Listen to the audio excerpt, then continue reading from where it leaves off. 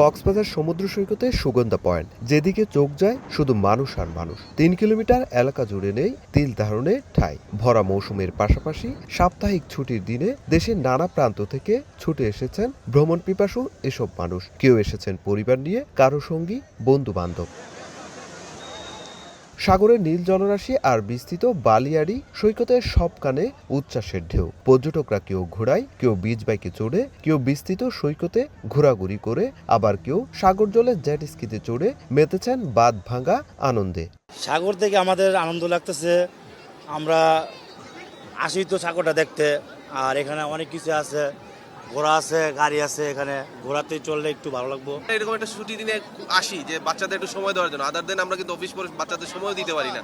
সাগর পাড়ে জনতার ঢলকে পুঁজি করে হোটেল কক্ষের ভাড়াসহ রেস্তোরাঁর খাবার ও যানবাহনের অতিরিক্ত দাম আদায়ের অভিযোগ পর্যটকদের।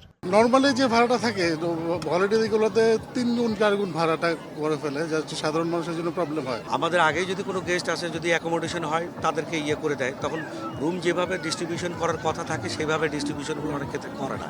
ব্যবসায়ীরা বলছেন, প্রতিদিনই কক্সবাজারে ঘুরতে আসছেন হাজারো পর্যটক। সাপ্তাহিক ছুটির দিনে সাগর পাড় পরিণত হয় জনসমুদ্রে।